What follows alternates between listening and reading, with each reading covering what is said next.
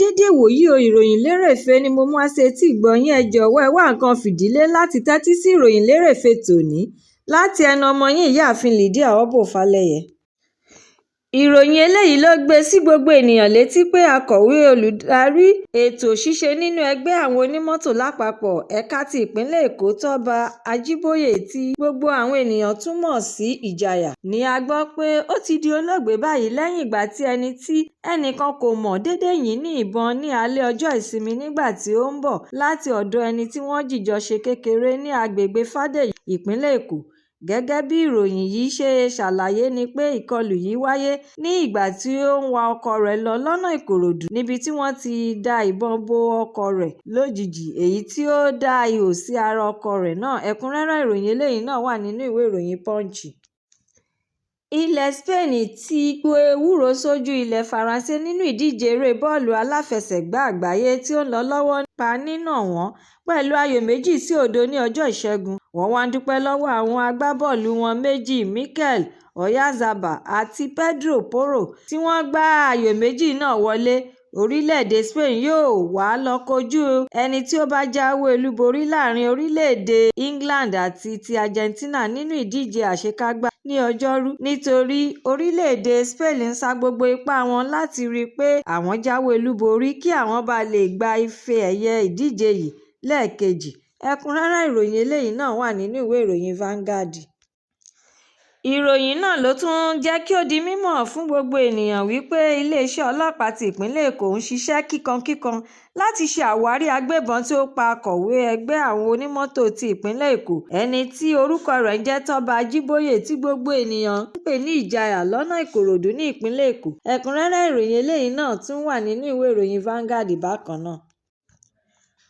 Lẹ́yìn wákàtí 24 tí ilé-ìwòsàn Ládòkè Akíntọ́lá University Teaching Hospital LAUTECH Ògbómọ̀ṣọ́ ni wọ́n ti bẹ̀rẹ̀ sí ní jẹ́ kí àwọn akẹ́kọ̀ọ́ olùkọ́ tí wọ́n ṣẹ̀ṣẹ̀ gba òmìnira kúrò lọ́wọ́ àwọn ajínigbé 25 nínú 139 padà lọ sí ọ̀dọ̀ ẹbí wọn nígbà tí wọ́n ti gba ìtọ́jú tó péye tí ilé-ìwòsàn LAUTECH sì ti rí dájú pé ara wọn ti wà ní àlàáfíà ohun ìlera pípé ní ọjọ́ Ìṣẹ́gun. Orísun ìròyìn àrígbámú láti inú ilé ìwòsàn náà ló tún ṣàlàyé wípé àwọn yòókù yóò lọ sí ilé wọn ní Ọjọ́rú àyàfi ọ̀kan lára àwọn akẹ́kọ̀ọ́ náà tí àyẹ̀wò tí wọ́n ṣe fún gbé jáde pé ó ní àrùn ọkàn.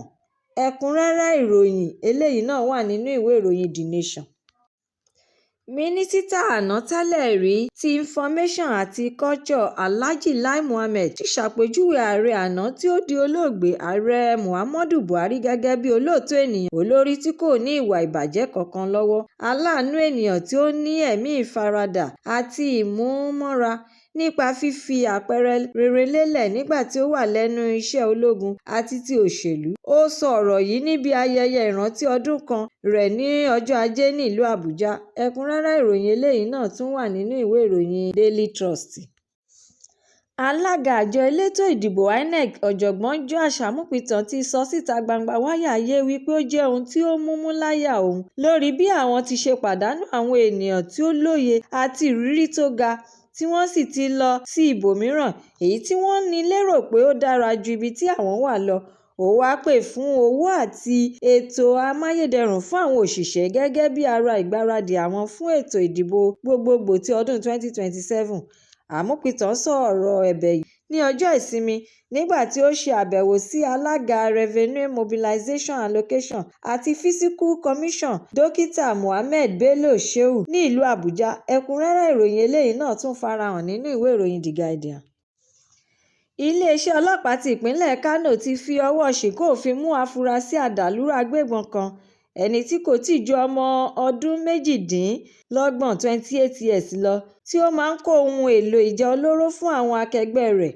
Agbẹnusọ fún iléeṣẹ́ ọlọ́pàá SP Abdullahi Kiyawa ṣàlàyé wípé àwọn gba ọta ìbọn tí ó jẹ́ 109 pẹ̀lú aṣọ ológun ní ọrùn rẹ̀ àti oríṣiríṣi àwọn nǹkan mìíràn ní ìjọba ìbílẹ̀ Bichi ti ìpínlẹ̀ náà.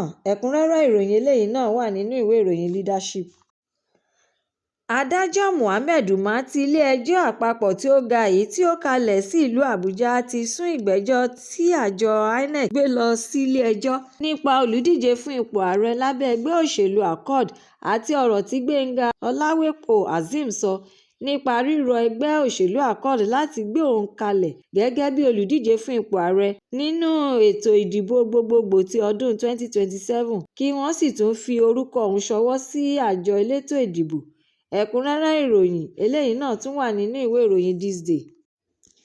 Ilé-ìgbìmọ̀ aṣòfin àpapọ̀ ti rọ gómìnà Ṣèyí Mákindé ní ọjọ́ Ìṣẹ́gun láti sinmi ẹ̀dọ̀ jáwọ́ nínú ọ̀rọ̀ lórí àwọn akẹ́kọ̀ọ́ àti olùkọ́ ti ìjọba Oríire tí àwọn ajínigbé ṣẹ̀ṣẹ̀ yọ̀ǹda wọn kúrò nínú àhámọ́ ibùba wọn. Wọ́n wá gbóríyìn fún Ààrẹ Bọ́lá Tinubu, àwọn òṣìṣẹ́ ológun àti àwọn òṣìṣẹ́ elétò ààbò yòókù fún àṣeyọrí iṣẹ́ takuntakun tí wọ́n ṣe.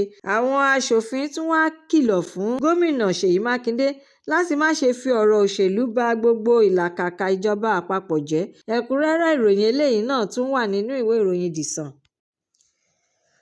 Òṣèré eré orí ìtàgé Ọmọ́túndé Ògúndìmú ti ké gbàjarè síta lórí àìsàn jẹjẹrẹ ojú ara tí ó ń bá fínra láti ọdún tó kọjá. Ó sọ àṣírí yìí síta nínú ìfọ̀rọ̀wérọ̀ tí ó ṣe pẹ̀lú Bíọ́lá Adébáyọ̀ ètò Talk to Be rẹ̀ ní ọjọ́ Ìṣẹ́gun. Arábìnrin Ọmọ́túndé tún wá ṣe àfikún ọ̀rọ̀ rẹ̀ wípé ìyá ọlọ́mọ mẹ́ta ni òun àti pé ọkọ òun ti ṣaláìsí láti nǹkan bí ọdún 2012. Nítorí ìdí èyí, òun fẹ́ ìrànlọ́wọ́ owó láti fi ṣe ìtọ́jú ara òun. Ẹ̀kúnrẹ́rẹ́ ìròyìn eléyìí náà tún wà nínú ìwé ìròyìn Daily Post. Ìròyìn lérèfé tòní kò ní jù báyìí lọ. Ẹ ṣé tí ẹ̀ ń tẹ́tí gbọ́ mi ní gbogbo ìgbà. A tún máa pàdé lọ́jọ́ mìíràn láṣẹ Èdùmàrè fún àkọ́tún ìròyìn lérèfé.